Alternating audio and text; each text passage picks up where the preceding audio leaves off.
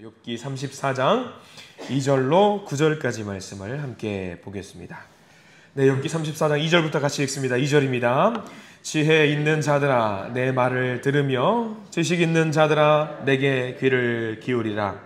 입이 음식물의 맛을 분별함 같이 귀가 말을 분별하나니 우리가 정의를 가려내고 무엇이 선한가 우리끼리 알아보자.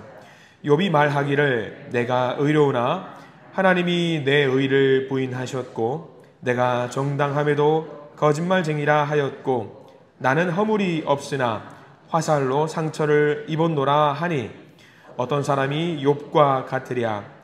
욥이 비방하기를 물 마시듯 하며 악한 일을 하는 자들과 한패가 되어 악인과 함께 다니면서 이르기를 사람이 하나님을 기뻐하나 무익하다 하는구나. 아멘. 오늘 말씀 가운데 하나님의 은혜가 있길 간절히 기도하고 소망합니다. 우리 기도하는 마음으로 고백합니다. 하나님의 은혜가 지금 저에게 임하기를 기도합니다.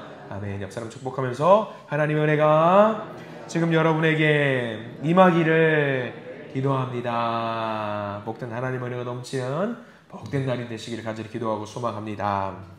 그리고 오늘 욥기 34장입니다. 엘리후가 이제 본격적으로 등장을 하면서 자기의 주장을 이야기하고 있습니다. 세 친구와 욥의 주장을 이제 반론을 제기하는데 욥의 세 친구의 논리는 우리가 사자성어 몇 개로 정리할 수 있다라고 말씀을 드렸습니다.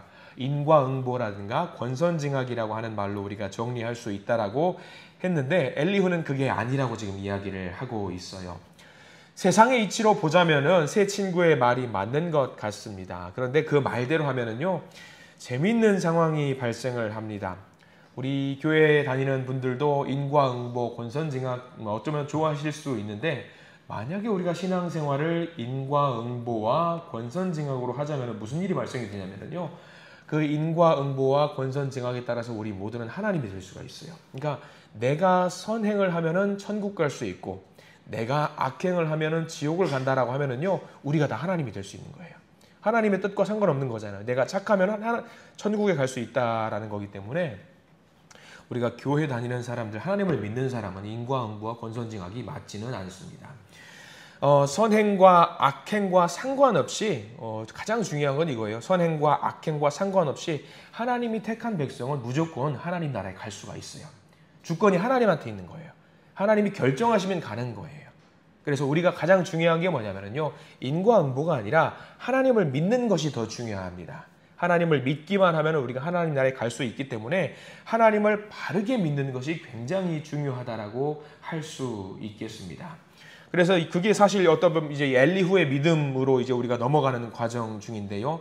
이런 식으로 엘리후가 등장을 해서 세상적인 이치가 잘못되었고 우리가 하나님을 믿을 때 이렇게 믿어야 된다라고 지금 이야기를 하고 있어요. 특별히 오늘 34장 말씀 같은 경우는 욥이 무엇을 잘못했는지 끄집어내고 있습니다. 욥 당신도 잘못한 게 있다. 욥이 실수한 게 있다라고 하면서 욥의 잘못에 대해서 지적을 하고 있습니다. 우리가 욥기라고 해서 욥이 어떻게 보면은 욥기라는 성경책을 이끌어가고 있는 주인공으로 볼 수 있잖아요. 그러면 욥이 주인공이기 때문에 잘못한 게 하나도 없겠거니라고 볼 수 있는데 엘리후는 그게 아니라고 지금 지적을 하고 있어요. 욥이 오해를 하고 있는 부분, 하나님에 대해서 잘못 알고 있는 부분이 있다라고 이야기를 하면서 크게 세 가지를 지적을 하고 있거든요. 그래서 우리도 욥의 문제가 무엇일까 보면서 욥이 하는 잘못을 우리도 하지 말아야 된다라는 것을 잘 명심했으면 좋겠습니다. 그래서 그 오해가 뭔지 하나씩 좀 짚어갔으면 좋겠어요. 욥이 했던 첫 번째 오해가 있다라고 한다면 5절 말씀에 나와 있는 내용이 욥이 갖고 있었던 오해고 욥이 하고 있었던 잘못입니다. 자, 5절 말씀 같이 한번 읽어볼까요? 34장 5절입니다.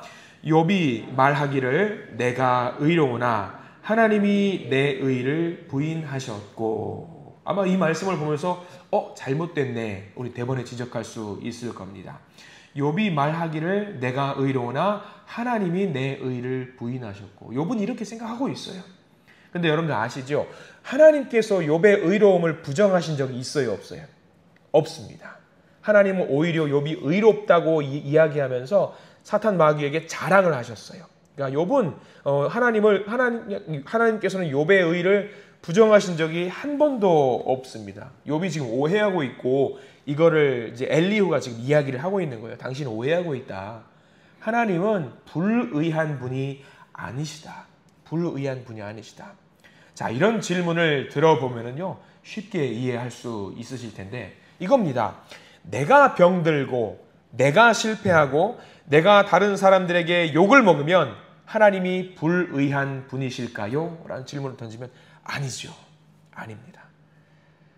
반대로 내가 잘 되고 내가 건강하고 내가 칭찬받으면 내가 부족함이 없으면 하나님께서는 의로운 분이 되시는 걸까요? 아닙니다. 아니에요. 내 상황과 상관없이 하나님은 어떤 분이세요? 내 상황과 여건에 상관없이 하나님은 늘 의로운 분이세요. 근데 많은 사람들이 오해할 때가 있어요. 내가 좀 안 되고 잘못되고 하면은 아유, 하나님은 왜 이렇게 불의한 일을 나한테 보여주시나 하면서 자기 방식대로 신앙생활을 하는 분들이 많이 계십니다. 우리는 명확하게 알아야 돼요. 하나님은요, 우리한테 불의를 행하는 분이 결단코 아니십니다. 우리의 상황이 어떻다 할지라도 의로운 분이라는 것을 우리가 잘 기억을 했으면 좋겠어요. 이 오해를 엘리후가 정확하게 짚어내고 있는 겁니다. 그 답하는 부분이 이 5절에 대한 물음에 대한 답하는 부분이 17절 말씀이에요. 17절 말씀은 밑줄을 다 그어가면서 한번 읽어봤으면 좋겠습니다. 5절에 대한 대답이 17절 엘리후가 대답하는 거거든요. 엘리후가 하는 대답 17절 읽어보겠습니다.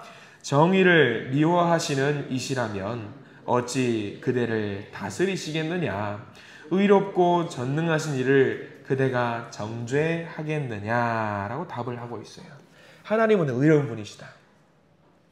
하나님께서 우리를 정의롭게 다스리기 때문에 우리가 지금 살 수 있는 건데 하나님 보고 불의하다라고 하면은 당신 어떻게 하느냐. 하나님이 우리를 다스리고 계시기 때문에 매일 일어나서 생활을 할 수 있는 건데 그런 하나님을 두고 불의하다라고 하면은 야, 하나님 뭐가 되느냐. 아니다. 그렇게 하나님을 마음대로 의롭다, 불의롭다, 정당하다, 정당하지 않다라고 판단을 하면 안 된다라는 거죠. 쉽게 예를 들어볼까요? 왕이 재판을 해요. 우리가 재판을 받는 당사자입니다. 그런데 왕에게 우리가 말을 합니다. 왕이시여, 왕은 의롭지 않기 때문에 당신은 공정하지 않습니다 라고 말을 하면은요, 그 재판받는 사람은 어떻게 될까요? 당장 저 녀석의 목을 쳐라 그럴 겁니다. 어디 감히 왕에게 의롭다, 의롭지 않느냐라고 이야기를 할 수 있느냐. 불경스러운 일이잖아요. 그러니까 엘리후가 지금 그것을 하고 있다는 거예요. 어디 감히 하나님 앞에서 하나님을 의롭지 않다라고 말을 할 수 있느냐라고 하는 거예요. 맞아요. 맞는 말입니다. 우리가 욥을 보면은요, 욥의 행위로는 흠이 없다라는 게 맞습니다. 다만 자기 사정을 변론하는 과정 중에 있어서 친구들과 대화하는 과정 중에 있어서 이제 그렇게 자기가 잘못된 말을 할 때가 분명히 있다라는 거죠.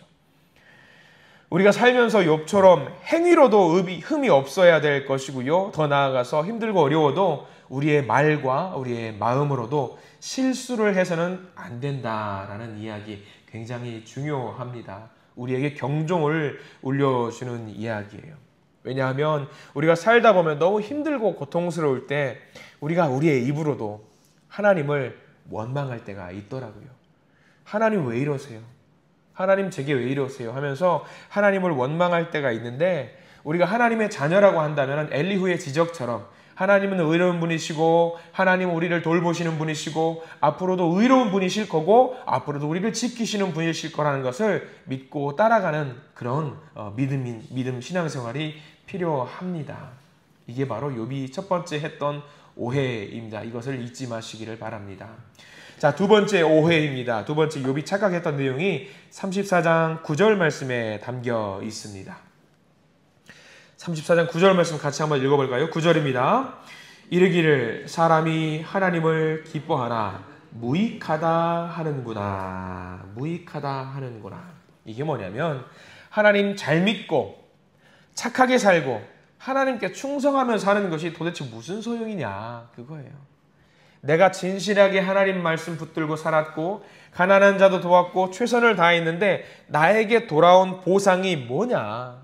열심히 살았는데 욥에게 고난이 왔어요. 다른 죄인들이 망한 것처럼 선하게 살았던 욥이 망했다라고 한다면 아니 하나님을 그렇게 열심히 믿었는데 그 보상이 이거냐라고 억울한 마음을 토로하고 있는 거죠. 우리도 이런 생각 많이 합니다. 예전에 한 집사님이 그런 고백을 저에게 하신 적이 있어요. 운전을 하시다가 이제 운전을 할 때 우리 믿는 분들은 보통 이제 찬양을 틀어놓고 하거나 극동방송을 틀어놓고 하거나 어떤 이제 그 기독교 방송의 노래라든가 그런 간증의 이야기를 들으면서 운전을 해요. 막 운전을 하다가 막 좋아요. 좋은 찬양이 나오고 좋은 간증 내용 나오고 그래요. 근데 여러분들 운전하시는 분들은 이제 그런 경험도 있으실 겁니다. 사거리에서 운전을 막 하다 보면은 신호가 빨간색일 때는 당연히 멈춰야 되겠지만 진입을 막 했어요. 그때 불이 주황색 불일 때 여러분들 어떻게 하세요? 되게 애매해요. 멈추기도 애매하고 지나가기도 애매한 상황이 있습니다. 근데 그 집사님이 하면서 확 지나가셨대요. 근데 공교롭게 지나가자마자 누가 있어요? 경찰이 있어요. 경찰이 있어요. 그래서 막 가다가 경찰이 자기 차를 잡는 거예요. 근데 자기 차를 막 잡는데 자기 뒤에 차는 쌩 하고 지나가는 거예요. 그러니까 자기를 잡는 바람에 뒷차는 놓친 거죠. 그래서 경찰이 딱 말합니다. 면허증 좀 보여주십시오. 아니 선생님, 저는 그렇다 치는데 제 뒤에 있는 차를 왜 안 잡으십니까? 경찰이 뭐라고 그랬게요? 아유, 면허증 좀 보여주십시오. 그래서 딱지를 끊으셨대요. 얼마나 억울해요. 근데 딱지를 끊었는데 차에서 기독교 방송에서 노래가 나오더래요. 날 구원하신 주 감사. 이 노래가 나오더라는 거예요. 이게 우리가 일상에서 늘 경험할 수 있는 그런 일 아니겠습니까? 아니 찬양 열심히 했어요. 믿음 생활 가운데 살기 위해서 열심히 살았는데 아니 나는 가다가 딱지나 끊고 말이야. 저 뒤에 차는 그냥 쌩 지나가고 얼마나 억울해요. 나는 열심히 살려고 노력했는데 보상이 이것밖에 되지 않나? 라는 생각 솔직히 다들 해보셨잖아요. 저만 한 거 아니잖아요. 이런 생각들이 있다라는 거죠. 욥도 그런 오해를 했다라는 거예요. 아니 하나님을 믿는 사람이라면 저 사람 병들 때 나는 오히려 건강해야 되는 거 아닌가? 하나님 믿는 사람이라면 저 사람 재정적으로 어려울 때 나는 좀 잘 풀려야 되는 거 아닌가? 이런 보상 심리가 있다라는 거죠. 우리가 믿을 때. 그거에 대해서 엘리후가 짚어주고 있는 거예요. 그렇게 생각하면 안 된다. 그 답이 21절과 22절, 23절 넘어가는 이야기거든요. 9절 말씀에 대한 정답이 21, 22, 23절이에요. 자, 우리 쭉 넘어가는데 21절과 22절, 23절 읽어보겠습니다. 그는 사람의 길을 주목하시며 사람의 모든 걸음을 감찰하시나니 행악자는 숨을 만한 흑암이나 사망의 그늘이 없느니라. 하나님은 사람을 심판하시기에 하실 것이 없으시니 그렇게 나와 있어요. 한마디로 뭐냐? 하나님은 늘 너를 관찰하시고 주목하신다라는 거예요. 내 눈앞에 있는 작은 어떤 손해라든가 불이익을 통해서 하나님을 저버릴 때가 많은데 그게 아니라 하나님은 더 큰 미래를 보면서 우리에게 큰 복을 주신다라는 거죠. 많은 사람들이 지금 하고 있는 그 작은 일 하면서 하나님께 보상을 바라는 사람들이 많이 있다라는 거예요. 그러니까 그 신앙생활의 모습은 뭐냐면 하나님을 믿는 것이 과연 하나님을 위한 것인가 아니면 나 자신을 위한 것인가 곱씹어 봐야 된다라는 거예요. 우리가 신앙생활할 때 잘못하고 있는 것 중에 하나가 뭐냐면 나 자신을 위한 신앙생활을 할 때가 너무나도 많이 있다라는 거죠. 우리가 믿음 생활할 때 그렇게 하면 안 된다라는 겁니다. 마치 기도할 때 그래요. 빚쟁이가 독촉하는 것 같아요. 하나님 이것도 주셔야 되고요. 저것도 주셔야 되고요. 나 열심히 믿었잖아요. 그럴 때가 얼마나 많이 있냐는 거예요. 근데 엘리후가 뭐라고 하는 거냐면 눈앞에 있는 것만 보지 말라. 하나님 우리의 모든 것을 알고 계시기 때문에 시시콜콜 작은 것부터 큰 것, 지금 눈앞에 있는 것부터 멀리 있는 것까지 늘 우리를 보살피는 분이시다. 그래서 우리에게 주어질 보상은 최고의 보상이 눈앞에 있는 게 이게 뭐가 중요하냐? 하나님 나라에 들어갈 수 있는 그 영원한 보상이 제일 중요한 거 아니겠느냐라고 지금 이야기하고 있는 겁니다. 잘 기억해야 돼요. 높이 보고 멀리 보고 크게 봐야 됩니다. 자, 세 번째 오해를 한번 볼까요? 욥이 하고 있는 세 번째 착각은요. 14절과 15절에 나와 있는 욥의 착각입니다. 34장 14절과 15절 말씀을 우리 같이 한번 읽어보겠습니다. 14절입니다.